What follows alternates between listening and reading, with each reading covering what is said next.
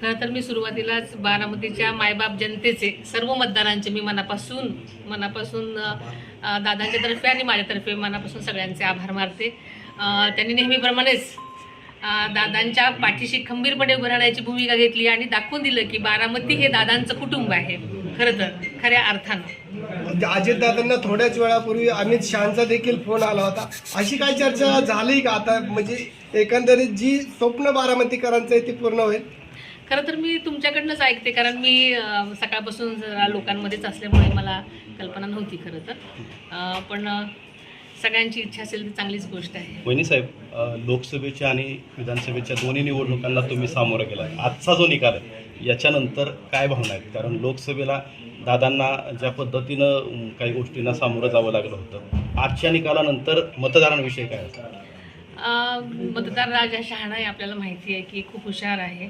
आणि दादांचं काम जे होतं पहिल्यापासूनच म्हणजे विधानसभेचा प्रचार करायला सुरुवात केल्यापासूनच बारामतीचा प्रत्येक मतदाराला माहिती होतं की दादांनी केलेल्या कामाचा प्रत्यक्ष अप्रत्यक्ष त्यांच्या जीवनावर झालेला प्रतिसाद म्हणजे जो परिणाम आहे तो प्रत्येकजण बोलून दाखवत होता आणि प्रत्येकजण म्हणत होतं की आम्ही दादांच्याच पाठीशी खंबीरपणे उभं राहणार आहोत. आपण पाहतच आहे, अजून मतमोजणी सुरू आहे आणि दादांची घोडदौड चालूच आहे, आपण बघतोय.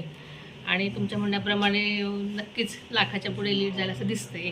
विरोधकांनी भावनिकतेच्या दिशेने केली होती, परंतु तसा प्रतिसाद मिळाला नाही. आपल्याला माहिती तेच की जनता हुशार आहे. मी म्हटलं आपल्याला बारामतीची जनता खूप हुशार आहे. बारामती शहरामध्ये मुख्यमंत्री म्हणून आता फ्लेक्स झळकू लागलेले. प्रत्येक नेत्यांनी मोठ्या पदावर जावं असं प्रत्येक कार्यकर्त्यांचं आणि जनतेचं तिथल्या मत असतं आणि तसं बारामतीकरांनी त्यांचं मत तिथे दाखवलेलं आहे आपल्या पोस्टरमधून.